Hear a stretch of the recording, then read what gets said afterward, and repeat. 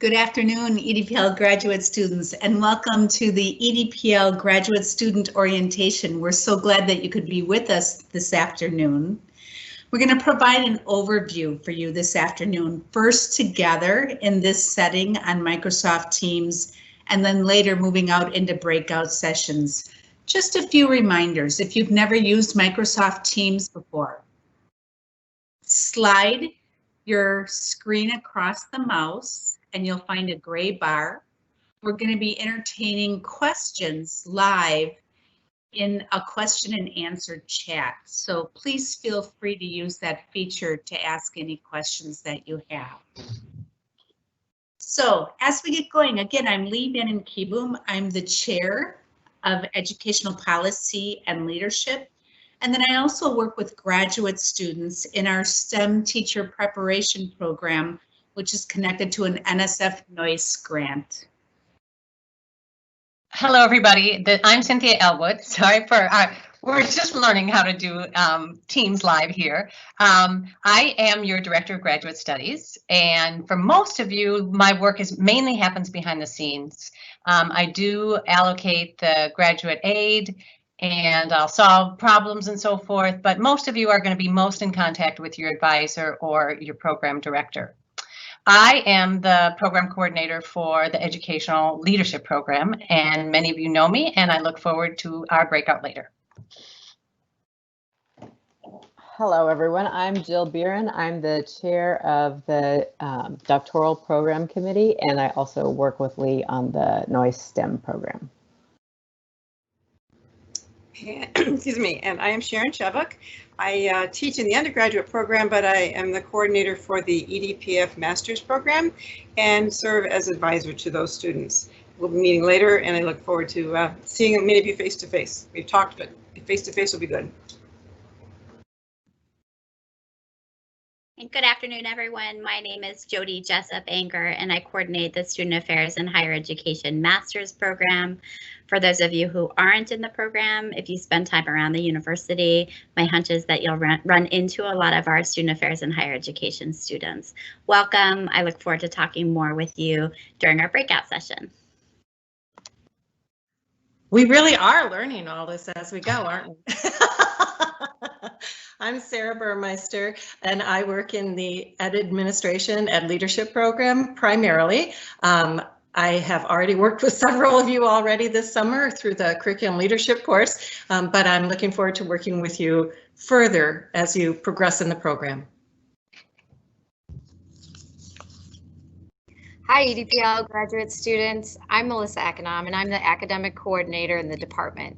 I assist with admissions, registration and enrollment, records, events, and advise students in the post-baccalaureate and undergraduate teacher education programs. At this point, I've corresponded with all of you, and it's been great getting to know you. I want to once again welcome you and let you know you can reach out to me if you have questions or need assistance. We've prepared some slides to cover various policies and procedures you should know as graduate students in our department. This information is not all encompassing. Please do take some time to review the policies and procedures handbook that I sent to you. So with that, let's get started. Feel free to enter any questions in the Q&A box. We'll begin with the academic calendar. I've highlighted some key dates I would like to draw your attention to. August 20th is the graduate school orientation. You should have received an invitation and you must RSVP to attend. Monday, August 24th, that's next week, is the first day of classes. I've also included the holidays of Labor Day and Thanksgiving break. Both classes are excused. And then the last day of the semester is December 9th.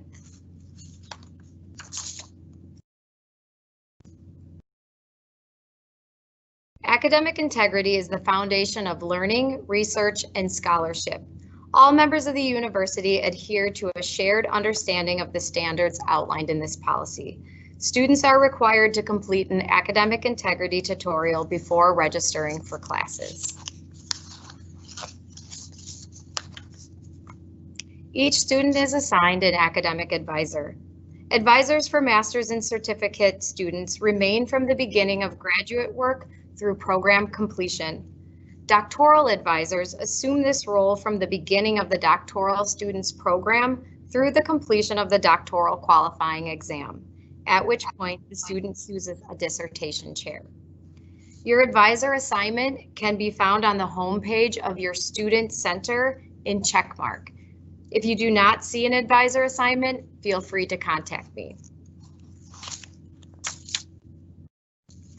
Students are required to use their Marquette University email accounts. Official correspondence from both the department and university will be sent to this account. Contact IT services if you're having trouble accessing your account. Students should pay close attention to any communication from the Marquette University Graduate School. They send a monthly newsletter from September through May. The newsletter contains important reminders and academic deadlines. You're also able to merge your personal email with your MU email accounts. Contact IT services for more assistance.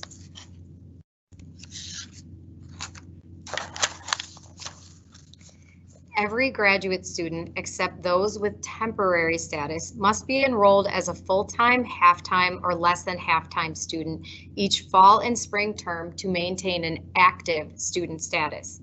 Students who fail to register will be automatically discontinued and must request department consent for readmission.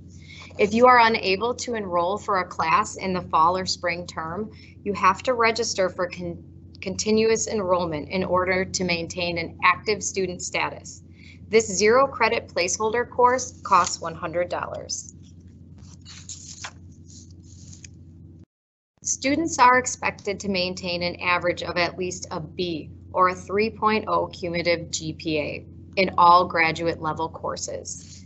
Failure to maintain a 3.0 GPA for any semester will result in immediate dismissal from the graduate school and require an appeals process. Students must earn grades of B- or better in order for courses to count for credit in their programs of study. A student receiving a grade of F in any course will be reviewed by department faculty, and this may be grounds for termination from the program.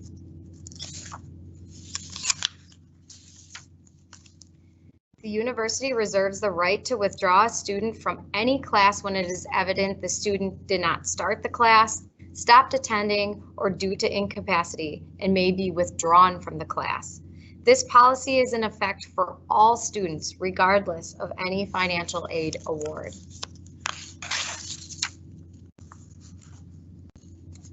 Graduate students who do not complete course requirements during the term in which the class is offered may be given the option to take an incomplete after consultation with their instructor.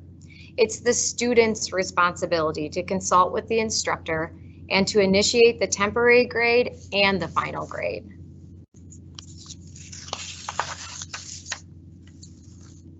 Students must complete all requirements for a master's degree within 6 years of their first term of registration and 8 years within the first term of registration in their doctoral program. It's the student's responsibility to apply for graduation. Do review the academic calendar and read the graduate school newsletter.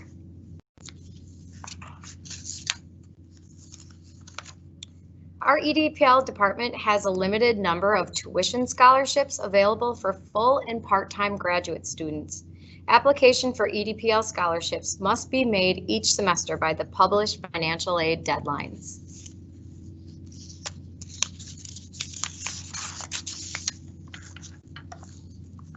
Doctoral students and master's students interested in educational research are strongly encouraged to join AERA, American Educational Research Association. AERA membership provides access to the latest developments in research and scholarly journals. This year, travel plans are restricted, so the graduate school has offered to support virtual conference awards up to $200. This does require an application and review process. I'm going to highlight some key resources for graduate students.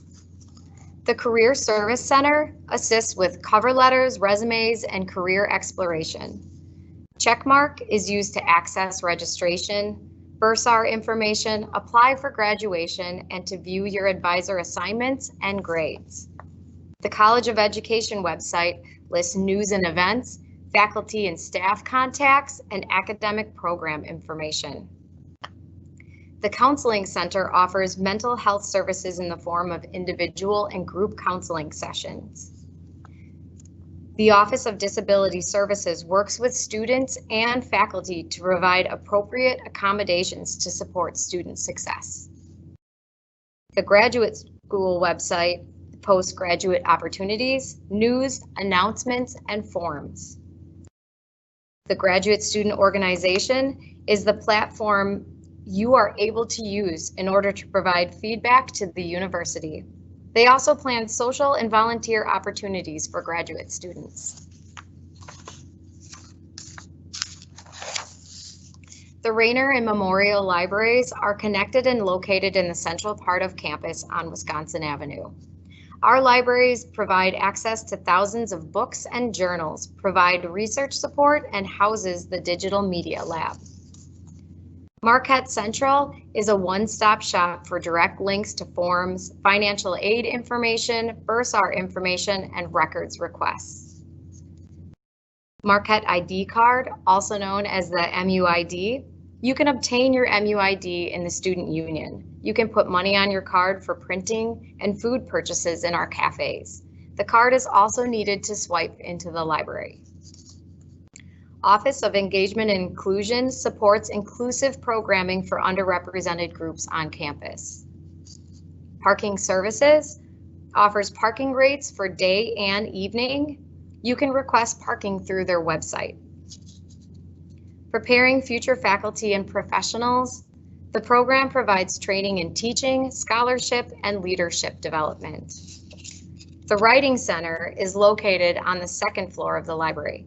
You can make an appointment to seek help with any composition ranging from intro papers, theses, or dissertations.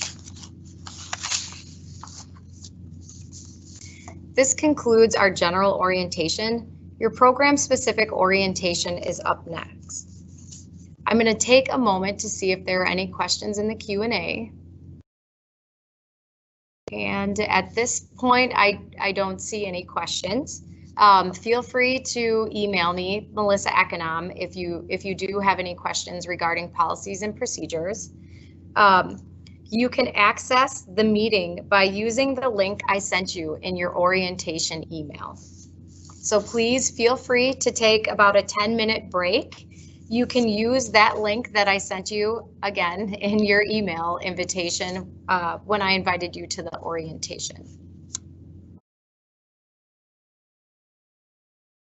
Yeah, just a reminder, folks, you're gonna, when you come back after about 10 minutes, you're going to go to the link that corresponds to your program. That's the breakout groups. Thanks.